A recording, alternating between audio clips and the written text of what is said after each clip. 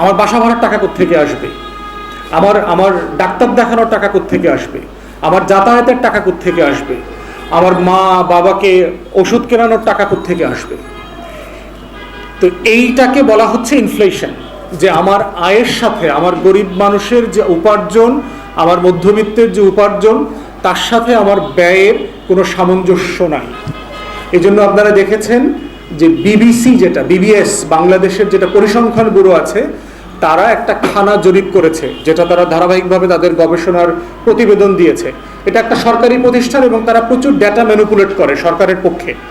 তারপরও তারা বলেছে যে দেশের প্রায় 4 কোটি 4.5 কোটি মানুষ প্রতি মাসে ঋণ করে বাজার করে। আপনি চিন্তা করতে পারেন, 4.5 কোটি মানুষ দেশের ঋণ করে বাজার করে প্রতি মাসে। কেন? ওই যে আমার দরিদ্রের সীমারেখা, যে আমার মাসের ইনকাম 5,000 টাকা, 6,000 টাকা, 7,000 টাকা, কিন্তু আমাকে বেঁচে থাকার জন্য কি করতে হচ্ছে? আমাকে ঋণ করতে হচ্ছে।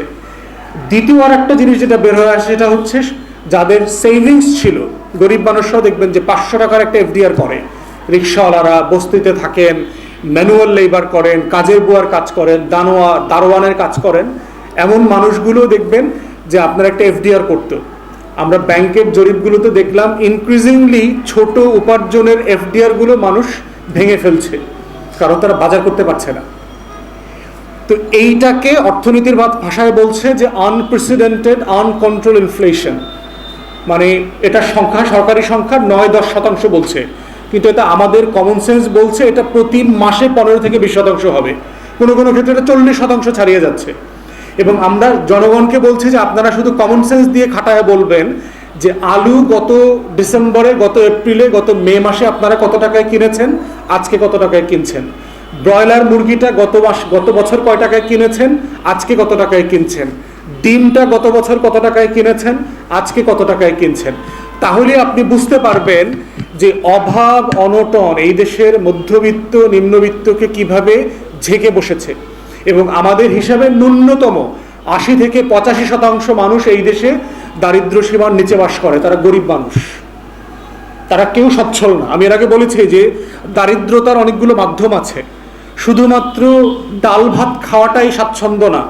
আমার একদিন গরুর গোশত খেতে ইচ্ছে করে সপ্তাহে, আমার বাচ্চাদেরকে প্রত্যেক দিন একটা করে ডিম খাওয়াইতে ইচ্ছা করে, আমার বাচ্চাদেরকে প্রতি সপ্তাহে 2 দিন 3 দিন দুধ খাওয়াইতে ইচ্ছে করে, আমার বাচ্চাদেরকে একটু ঘুরাইতে নিতে ইচ্ছা করে, একটা পার্কে নিতে ইচ্ছা করে, একটু বোটানিক্যাল গার্ডেনে নিতে ইচ্ছা করে, একটা রিক্সায় নিতে ইচ্ছা করে, উঠায় ঘুরাইতে তাকে, আমার বউদেরকে, আমার বোনদেরকে একটা ফুল কিনে দিতে ইচ্ছা করে।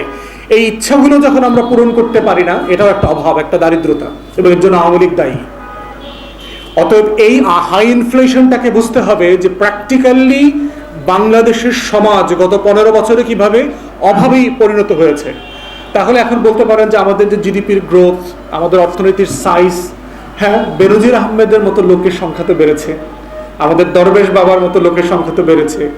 এসালাম সাহেব গরিব ছিলেন, উনি কোনো ব্যাংকের মালিক ছিলেন না, গত 15 বছর উনি মাত্র 7-8টা ব্যাংকের মালিক হয়েছেন। তাহলে ওনার জিডিপি গ্রোথ চিন্তা করেন, বেনজির আহমেদের গ্রোথ, জিডিপি গ্রোথ চিন্তা করেন, আমাদের দরবেশ বাবার জিডিপির গ্রোথ চিন্তা করেন। এখন পুঁজিপতিরা কি করে? সান্ত্বনা পুরস্কার হিসাবে এটাকে গড় করে।